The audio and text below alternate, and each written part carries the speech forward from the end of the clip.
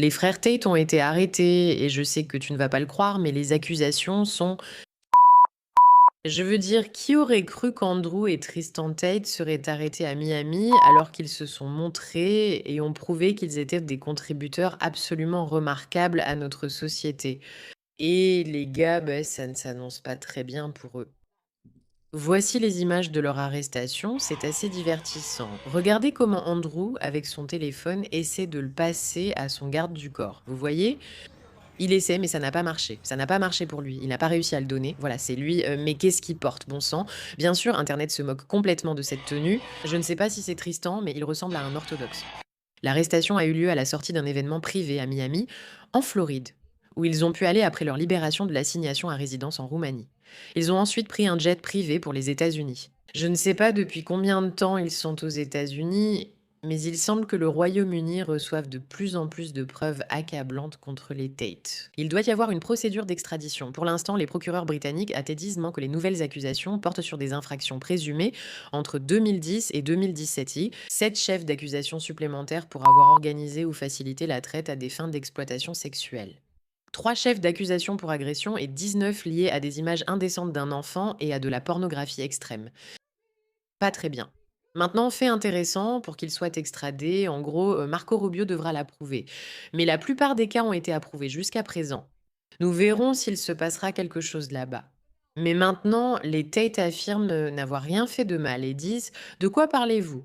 Ils tweetent même. Andrew Tate est en train de tweeter en ce moment, n'est-ce pas? Le Royaume-Uni peut tenter, mais il ne peut pas m'empêcher de tweeter. Il publie une vidéo où il affirme que le gouvernement britannique est le plus corrompu au monde dès le 27 juin, quand les rumeurs sur Internet ont commencé, disant que le gouvernement le poursuivait. Maintenant, je vais dire ceci.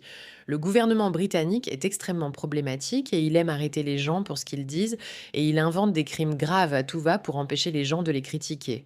C'est peut-être ce qui se passe ici. Mais d'un point de vue personnel, malgré le fait que je pense que le gouvernement britannique est incroyablement corrompu et que la police là-bas n'est vraiment pas compétente dans son travail. J'ai aussi tendance à penser que les frères Tate, il y a quelque chose chez eux, appelez ça une intuition, je ne sais pas, mais je ressens quelque chose à leur sujet.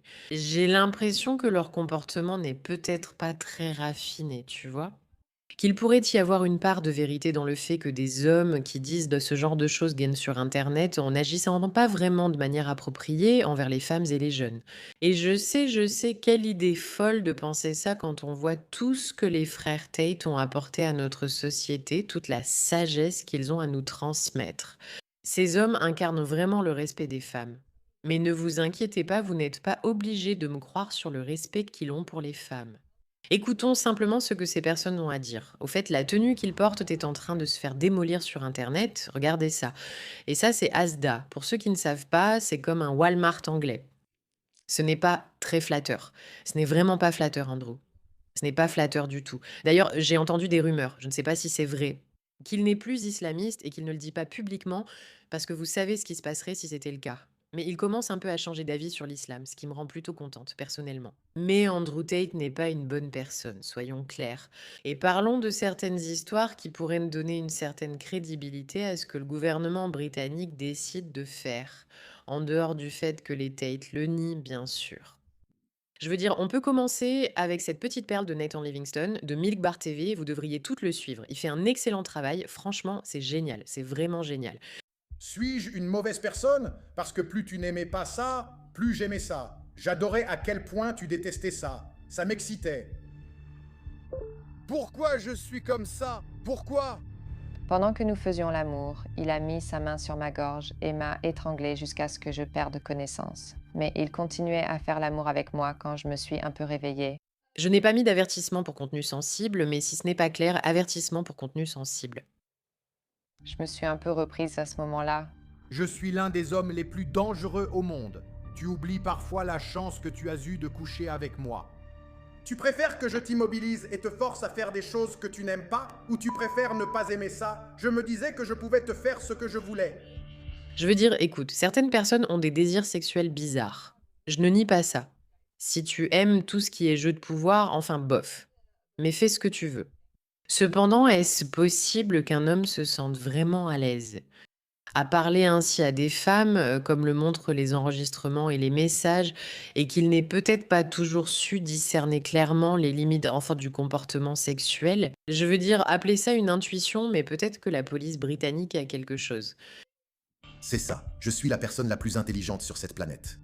Et puis, le lendemain, le blanc d'un de mes yeux Pas assez intelligente pour ne pas te faire attraper par la police britannique, n'est-ce pas, ma chérie? est devenu complètement rouge. Apparemment, c'est assez courant dans les cas de violence domestique où il y a un manque d'oxygène dans le cerveau. Donc tes vaisseaux sanguins commencent à éclater pour essayer d'apporter de l'oxygène là-bas. Tu es vraiment aussi offensé? Je t'ai juste un peu étranglé. Tu n'as même pas perdu connaissance. Mais il n'arrêtait pas de dire Pas bien, pas bien, pas bien, pas bien. Je vais te dire, ce n'est pas bien. Si tu es accusé de viol et que tu as écrit ça, ce n'est pas bien. « Tu m'appartiens, tu es à moi ». Genre, me menacer de mort. D'accord, d'accord. Je veux dire, voici la déclaration de la police. Blablabla. Le 24, le CPS a retenu 21 chefs d'accusation contre Andrew Tate. Je ne veux pas écouter les policières britanniques, surtout avec des preuves par même plus intéressantes. Et bien sûr, Candace Owens adore Andrew Tate, ce qui te dit littéralement tout ce que tu as besoin de savoir. Je suis juste ici à Miami. Je suis juste ici à Miami. Allez, cette vidéo montre pourquoi ces gens ne sont pas aussi malins qu'ils le croient. Regarde. Frappe-moi, arrête-moi, calme ton enthousiasme, mets-moi aux infos, dis à tout le monde que je suis un trafiquant d'êtres humains. Tu crois que je ne m'y connais pas? Tu crois que je ne suis pas prêt? Je suis un Navy SEAL dans ce domaine. Merde, tu peux venir me chercher, défonce ma maison, prends mes affaires. Tu penses que je garde des preuves sur mon téléphone, que je ne les fasse pas chaque nuit, que je suis idiot? Viens me chercher, arrête-moi. Dernière nouvelle. Je veux dire, il dit « Ouais, j'ai effacé les preuves de mon téléphone. » Mais ensuite, on a tous vu comment il a essayé de faire retirer son téléphone des pièces à conviction. D'accord, écoutons un peu, pas de Tate, mais en fait pas de Candace non plus. J'étais totalement déterminé à l'obtenir. Mais de la femme dont nous pensons qu'elle a probablement un lien avec l'histoire. Et... J'ai toujours utilisé le sexe pour que les femmes m'aiment, m'obéissent, vivent chez moi et me rapportent de l'argent. C'est ce que je voulais, donc j'étais proxénète dans ce sens. être un kickboxer playboy, un proxénète. Je suis satisfait de ces étiquettes, mais la plupart de mon argent ne provenait pas des combats. Il venait du milieu de la prostitution. Je veux juste rappeler à tous ce qu'est le proxénétisme. C'est de l'exploitation. Hein. Donc, le gars est content d'admettre qu'il est proxénète. Et voici l'une des histoires qui, nous en sommes presque certains, les met en cause. La fille avec qui tu commences? Et la plus Importante. Ma première copine était géniale, tout était simple. Donc voici Viviane. Si tu découvres cette chaîne, je suis modèle webcam et c'est ce que je fais. Tout a commencé ainsi. J'ai rencontré Viviane en Slovaquie. Je viens de Slovaquie. Nous étions en couple depuis longtemps. Je vivais en Angleterre et je l'ai fait venir pour être avec moi et commencer à faire du webcam. Nous n'avons pas encore vu sa réponse. Eh ben, Elle est complètement folle de moi, elle veut des enfants avec moi, tout ça. On s'est rencontrés, on est tombés amoureux, nous sommes amoureux. J'ai vécu avec Andrew pendant des années et des années. Donc, Viviane est avec moi depuis 6 ans. Donc, il est avec Viviane depuis 6 ans, c'est ça? Ça veut dire comme 21. Viviane a 21 ans. À ce moment, il a une petite amie depuis 6 ans. Viviane est plus jeune. Viviane est plus jeune. si vous ne pouvez pas calculer, nous vous aiderons. Ils se sont donc rencontrés quand elle avait 15 ans. Oui, je le suis. La femme avec qui il était, ce n'était rien d'autre qu'un jouet sexuel. Consenti. Je pense que ça montrera à quel point tu es jolie. Et ensuite, il doit leur montrer à quel point tu es génial. Regarde la caméra, montre-leur à quel point tu es jolie. Montre ton tatouage à la caméra. Mais j'adore quand Andrew me donne une fessée. Mais dis, c'est pourquoi est-ce que ça dit ça? Parce que Je suis une pute, toi. tu es tout pour moi. Je fais des shows webcam depuis 4 ans. L'an prochain sera la 5e année. Et je vis actuellement à Bucarest, en Roumanie. La police a perquisitionné la maison d'Andrew Tate en Roumanie dans le cadre d'une enquête sur des allégations. Cela vient de quelqu'un qui a vécu avec lui pendant des années. Il n'est pas un. J'ai fait venir Viviane, ma meuf principale, ma lieutenante, en Angleterre pour être avec moi et travailler pour mon entreprise de webcam. Si tu n'as pas d'entreprise de webcam, intéresse-toi-y. Avec quelques filles amoureuses de toi, c'est l'argent le plus facile. Non, je retire ce que j'ai dit, ce n'est pas de l'argent facile, il faut le construire. Mais une fois les filles en place, alors c'est de l'argent qui rentre tout seul. D'accord. Donc je veux dire... Je ne suis pas juge, mais je dirais ça rien qu'en écoutant ses propres mots. Peut-être qu'il pourrait y avoir des preuves ici qui pourraient indiquer que ce n'est pas juste une cabale contre lui, mais plutôt, vous savez, fondée sur une part de vérité. Je veux dire, le fait qu'il soit là en train de dire: «Je vais clarifier tout ce qui se passe. Écoutez-le vous-même». Rappel, il a publié, il a retweeté ça du 27 juin. Je vais clarifier cette information sur le fil d'actualité. L'État britannique m'a accusé d'un crime. Ils ont dit qu'il y a 15 ans, j'ai fait quelque chose que je n'étais pas censé faire et que je suis un criminel. Mais ils ne veulent pas me dire contre qui. Ils ne veulent pas me dire où cela s'est passé. Ils ne veulent pas me dire quand cela s'est passé. Ils ont juste dit, il y a 15 ans, tu as commis un crime. Et j'ai dit, d'accord, contre qui? Nous ne te le dirons pas. Si tu le tweets, pourquoi le ferais-je aussi? De quoi tu parles? Dis-moi contre qui j'ai commis ce crime pour me défendre. Non.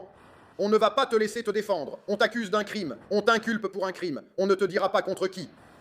J'ai demandé comment préparer ma défense. Ils ont répondu que, si je venais en Angleterre, ils me le diraient. J'ai dit oui pour venir en Angleterre, sans problème. Je veux juste savoir si vous garantissez que je ne serai pas en détention provisoire.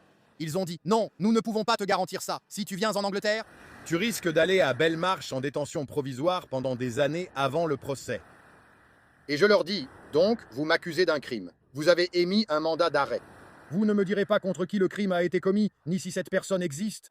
On peut te le dire, Andrew. Si tu veux de l'aide, écoute certains de tes enregistrements. Nous pouvons aider. Je t'en prie. Tu n'as pas besoin de prendre l'avion pour l'Angleterre. Tu peux littéralement juste regarder cette chaîne. Parce qu'elle n'existe pas. Ces victimes sont totalement inventées. Ils ont des gens qui se cachent derrière l'anonymat et qui m'attaquent, exigeant des millions d'euros, des millions de dollars pour des choses qui se sont passées en 2009. Personne ne me dit ce que sont ces choses. Personne ne me dit qui sont ces gens. Personne ne me dit quand cela s'est passé, où cela s'est passé, rien. Et ils disent que si je vais en prison, ils me le diront. D'accord, je vais dire qu'en général, j'ai un problème avec les histoires de ce qui se sont passées il y a des années et des années et des années, et pour lesquelles il n'y a vraiment aucune preuve, à part sa parole contre la sienne, ce qui n'est jamais une bonne façon d'aborder une situation. Même si l'histoire était terrible sans preuve, comment gérer cela? C'est un dilemme complexe dans les histoires d'abus sexuels, surtout car à l'époque, ce n'était pas accepté. Aujourd'hui, non, il y a tellement d'informations et d'éducation sur la façon de signaler ces faits. Et même maintenant, la plupart des gens ne le font pas. Mais à l'époque, les gens devaient simplement l'accepter et en souffrir en silence. Donc je comprends qu'un homme en position de pouvoir puisse ne pas apprécier le fait qu'on lui dise: «Écoutez, nous avons des allégations, mais nous ne pouvons vous donner aucune information sur ce que c'était, qui c'était ou quand cela s'est produit». Parce que comment peut-on se défendre contre ça, surtout si vous avez tout un groupe de personnes qui essaient de faire tomber Andrew? Et donc ils ont réussi à convaincre certaines personnes de se manifester et de dire qu'il leur est arrivé quelque chose. Mais s'il n'y a pas vraiment besoin de rendre des comptes, enfin, c'est un peu problématique. Donc voici une chose avec laquelle je suis d'accord avec Andrew, mais je dirais que c'est à peu près tout. Je dois prendre l'avion pour l'Angleterre et me mettre moi-même en prison. Et je sais que tu te demandes pourquoi, alors que la Grande-Bretagne s'effondre, elle s'en fiche des réseaux d'exploitation sexuelle de mineurs, elle s'en fiche des agressions au couteau, elle ne se soucie pas de la drogue dans la rue, elle ne s'intéresse à aucun des vrais crimes. Pourquoi ils continuent de parler d'Andrew Tate? C'est parce que je mets en lumière les problèmes du pays. Ils ne veulent pas résoudre les problèmes. Ils veulent se débarrasser de moi parce que je parle des problèmes. Je ne vais pas le contredire là-dessus. Le gouvernement britannique veut éliminer ceux qui parlent de leurs problèmes. Oui, c'est clair et simple. Et je pense aussi qu'Andrew Tate pourrait être un personnage un peu problématique. Juste un petit peu problématique. Je veux dire, encore une fois, vous n'êtes pas obligé de me croire sur parole et vous n'êtes pas obligé d'écouter tout ça dans lequel il... Et c'est ce que tu es en train de me dire, dans lequel il ne cesse de parler. Le fait que Candace Owens l'adore et soit amie avec lui, c'est aussi, d'après mon expérience, un petit signe que cet homme est problématique. Juste un peu. Mais rappelle-toi, c'est lui qui est fier du fait d'être un proxénète, n'est-ce pas? Comment j'ai rencontré des filles? Comment j'ai fait en sorte qu'elles m'aiment? Comment j'ai fait en sorte qu'elles tombent amoureuses de moi pour travailler sur webcam pour moi? Parler de ça en rendez-vous ne fonctionne pas. Ça repousse les gens. Je ne ferai jamais ça. C'est dégoûtant. Je ne suis pas une prostituée. Ça ne marchera pas. Tu fais comme d'habitude et ne mentionne pas la webcam avec les filles qui ne l'utilisaient pas. Au fait, ça s'appelle du grooming. Oui, si tu vas dire quelque chose à une fille qu'elle pourrait trouver inapproprié ou gênant et que ta stratégie est d'attendre qu'elle soit tellement impliquée qu'elle ne dira rien, c'est du grooming. Tu sais comment être efficace devant la webcam. Les filles qui n'avaient jamais fait de webcam avant, qui n'avaient pas le matériel, pas les connaissances, pas la volonté, pas l'endroit, pas la capacité de gagner de l'argent avec cet échange. J'ai conçu un système pour persuader des filles de faire ça et garder le contrôle total sur leurs revenus. Tu commences avec une fille, tu télécharges OnlyFans sur ton téléphone, tu prends des photos de sa pièce d'identité, son nom, tout ce qu'il faut pour vérifier le compte, tu vérifies le compte sur ton téléphone et tu contrôles le compte. Donc maintenant, c'est toi qui gères son OnlyFans. J'ai appris toutes les astuces et tous les trucs pour m'assurer qu'une fille soit payée. Je sais comment faire en sorte qu'elle ne puisse pas s'enfuir. Et bien sûr, elles ne sortent pas. Elles ne peuvent pas sortir. Tu restes à la maison. Si une fille apprend ça, elle peut gagner autant d'argent qu'elle veut depuis chez elle. Pourquoi te le donnerait-elle encore? Pourquoi ne partirait-elle pas tout garder? Je suis entré par la porte, tu savais que j'allais te tabasser. Si tu t'étais bien comporté, je n'aurais pas eu à te frapper, n'est-ce pas? Non, sors! Tu ne peux pas rester là-dedans pour toujours. Frappe la machine, boum en pleine figure, puis attrape-la par le cou. Genre, alors, salope, ça la mouille. D'accord. Je pense que j'ai fini. As-tu besoin de plus de preuves pour penser qu'il y a peut-être des raisons à ce qui se passe en ce moment avec les frères Tate? Je ne sais pas si c'est le cas, mais si oui, le problème vient peut-être plus de toi que de notre présentation. Merci quand même de ton attention.